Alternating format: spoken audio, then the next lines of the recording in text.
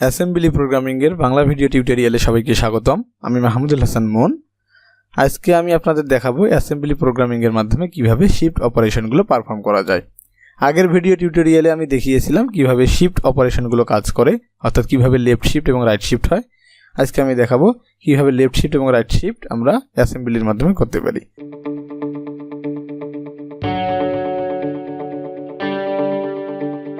তো শুরুতেই dot model small, দেন dot Starc 100 days, দেন dot code segment, তারপরে আমাদের আসবে মেইন প্রসিডিউর। ওকে, তো শুরুতেই আমরা একটা কাজ করি, ইকুইলিমিটার রেজিস্টারের মধ্যে একটা সংখ্যা আমরা ইনপুট নিয়ে নিই।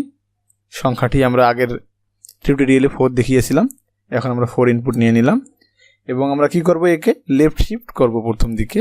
তো শিফট করব কোন শিফট, এসএস তে হবে শিফট, এল দিলে হবে লেফট শিফট এবং আর দিলে হবে রাইট শিফট। তো আমরা এল শিফট প্রথমে করব।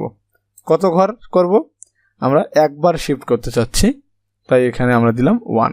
তাহলে কি হবে যে সংখ্যাটার 4 এর একবার লেফট শিফট হবে, অর্থাৎ একবার লেফট শিফট হলে 4 কত হয়ে যাবে, 8 হয়ে যাবে। তো আসুন আমরা এটা প্রিন্ট করে দেখি। Move H, 2 move dx, ax interrupt 21s। অনেকে এখানে প্রশ্ন করতে পারেন যে আমি dl সবসময় দিয়েছিলাম, এখানে dx কেন দিলাম? কারণ dx এবং ax এই দুইটা রেজিস্টারই কিন্তু 16 বিট। আমরা যদি dl এ দেই তাহলে আমাকে একটা এরর দেখাবে যে আমি 16 বিট এবং 8 বিটের মধ্যে একটা কম্প্যারিজন করতেছি। তো যখন কম্প্যারিজন করব 16 বিটের সঙ্গে 16 বিট, 8 বিটের সঙ্গে 8 বিটের কম্প্যারিজন করব। দেন আমরা এক্সিট করে দেব।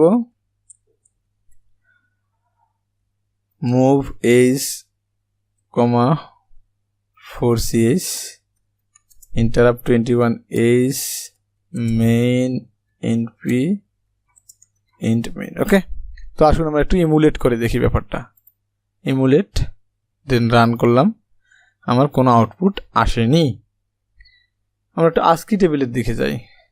আস্কি টেবিলে যদি আমরা রান করি তাহলে দেখা যাচ্ছে যে অষ্টম মানে 8 যেটা, সেটা কিন্তু ব্যাক, অর্থাৎ আনপ্রিন্টেবল একটা ক্যারেক্টার। তো আমি যদি 8 প্রিন্ট করতে চাই তাহলে আমাকে কি করতে হবে, এই 8টা এই পজিশনে আনতে হবে, অর্থাৎ 56 আনতে হবে আমার। ওকে, তো 56 আনতে গেলে কি করতে হয় আমরা জানি যে 8 এর সঙ্গে 48 যদি আমরা অ্যাড করি তাহলে সেটার মান 56 হবে এবং আমার 8 প্রিন্ট করবে। তাহলে কি করব, আমরা dx রেজিস্টারের সঙ্গে অ্যাড করব কত, 48। তো আমরা এখানে অ্যাড করে দিই অ্যাড dx, 48। ওকে, চলুন একবার ইমুলেট করে দেখি আমরা।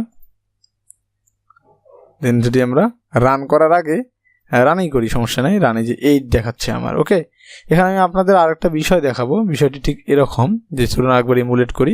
দেন আমরা রান করার আগে আমাদের দেখব সিঙ্গেল স্টেটমেন্টগুলো কিভাবে কাজ করে, অর্থাৎ কিভাবে এটা 8 দিল সেই ব্যাপারটি আমরা দেখব।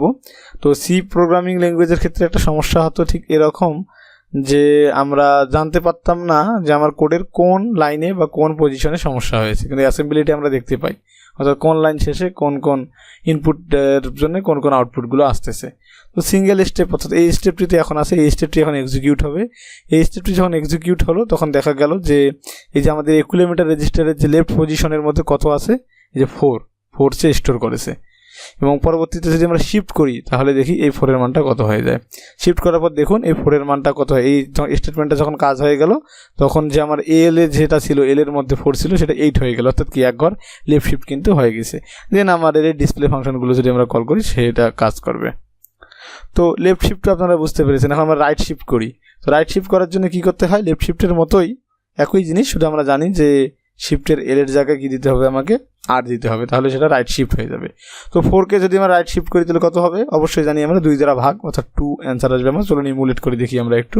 দেন রান করলে অ্যান্সার আমার কিন্তু 2 চলে এসেছে। তো এইকে আমরা স্টেপ বাই স্টেপ এক্সিকিউট করে একটু দেখার চেষ্টা করি। সো ইমুলেট করলাম, আমরা রান না করে সিঙ্গেল স্টেপ যদি রান করি এই অংশটা, তাহলে কী হবে, এল এর মধ্যে 4 স্টোর হইলো, সেটা আমরা আগেই জানি। দেন আমরা সিঙ্গেল স্টেটমেন্ট যদি করি, অর্থাৎ রাইট শিফট করি, তাহলে কী হবে, রাইট শিফট করলে দেখুন এই 4 এর মানটা 2 হয়ে গেছে, অর্থাৎ কি 2 দ্বারা ভাগ হয়ে গেছে। দেন আউটপুট ফাংশনগুলো এটাকে শো করবে। তো আশা করি আপনারা লেফট শিফট এবং রাইট শিফট বুঝতে পেরেছেন। দেখা হবে পরবর্তী ভিডিও টিউটোরিয়ালে। ধন্যবাদ সবাইকে।